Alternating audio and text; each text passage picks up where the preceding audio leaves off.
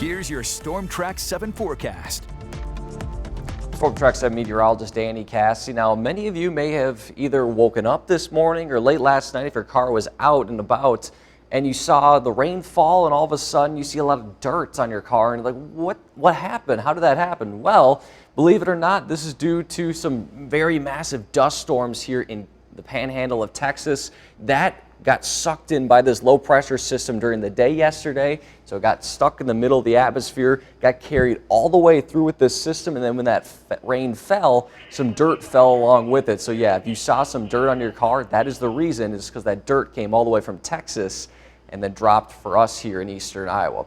With it, we saw some pretty strong wind gusts as well. The Cedar Rapids Airport just short of 80 miles per hour, Washington at 78, Washburn just south of Waterloo at 74, Grundy Center at 71, and we saw numerous reports of around 60, 65, including Manchester there at 65 miles per hour. In terms of storm reports, thankfully, as far as we can tell, damage was on the lower side, but we did hear a couple of reports, including Central City, heard of some power poles down as well as some trees uprooted. Also heard of some power lines down in the Manchester area, and then heard of some damage there in Washington County as well. There's roughly about 30 reports across eastern Iowa, a lot of it along and south of Highway 20.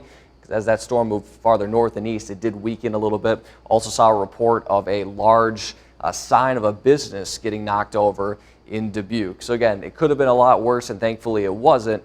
And so now we're moving on here for tonight, where things are going to be quiet. They're going to be cool, but they're going to be quiet. As we head through the rest of tonight, we'll have overcast skies. We may see some stray flakes on our far southern and eastern edges, but I just don't think we'll see really a whole lot out of that. Might accumulate on some grassy surfaces, but again, I think for the most part it'll be mostly cloudy. I think that air is just a little too dry, and most of it I think should fall off to our east there in Illinois. You can see tomorrow morning we'll see those clouds peel back from west to east, and we'll see mostly sunny to sunny skies during the afternoon and evening. So it'll look nice outside, but it'll feel pretty seasonal for this time of year. Again, we've been spoiled with warm weather, so it's actually going to be normal for tomorrow for temperatures, but it will be pretty windy, cooling us down a little bit. So for tonight, low temperatures are going to be in the low to mid 20s, mostly cloudy skies. That wind chill, unfortunately, will be a little bit on the chilly side from 5 to 15. Strong northwest winds at 15 to 25, gusts at 35. Then for tomorrow, high temperatures in the low to mid 40s, becoming mostly sunny. We'll keep that strong northwest wind with gusts up to 30. Your city-by-city forecast for Waterloo, Dubuque, Cedar Rapids, and Iowa City. The seasonal weather is short-lived because Monday we're in the 60s and then in the low 70s, I think, for our far western areas. Tuesday we're in the widespread 70s, and then winter is coming back and might make a little bit of a rude awakening for some of us that have been, again, spoiled with this warmer weather.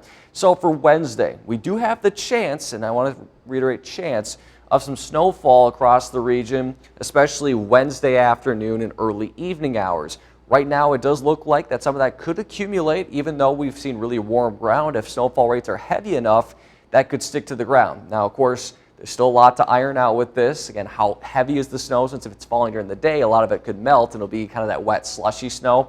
But it's something we're going to be watching as we get closer to Wednesday. So let's map this out for you here. This is Tuesday at 7 a.m. You can see across the board, we'll just see a little bit of sunshine and cloud cover for our Tuesday. So Tuesday's dry. Then about midnight, initially, we're going to see some rain start to develop across eastern Iowa. So I think most of the night will be rain. It could get moderate to possibly heavy at times. And then Wednesday morning, now we're starting to see here 7 a.m. Looks like that morning commute. Again, for now, things could shift a little bit. For now, looks like rain, but could start to transition into snow for our western areas by the noon hour. Now we're kind of split in half. A little bit of some snow for our western areas, then a rain-snow mix for our eastern areas. That continues to move through during the afternoon and evening, so the evening commute could be a little bit slick, again, depending on how heavy that snow does fall. And then we'll continue to move through and could clear out before midnight Wednesday night. And then in terms of that accumulation, we will see the potential of plowable snow. What does that mean? 2 inches or more roughly of snowfall, and it looks like, especially for our far northwestern areas, once it starts to transition, there'll be a little bit more moisture there. So it looks like we could see some plowable snow for that. Now again, we're still wondering when exactly that transition will happen, when exactly the time frame is for rain and that snow. And one thing to note as well with this is yes, it's going to be a wet and heavy snow or slushy snow, hard to shovel and good for snowmen.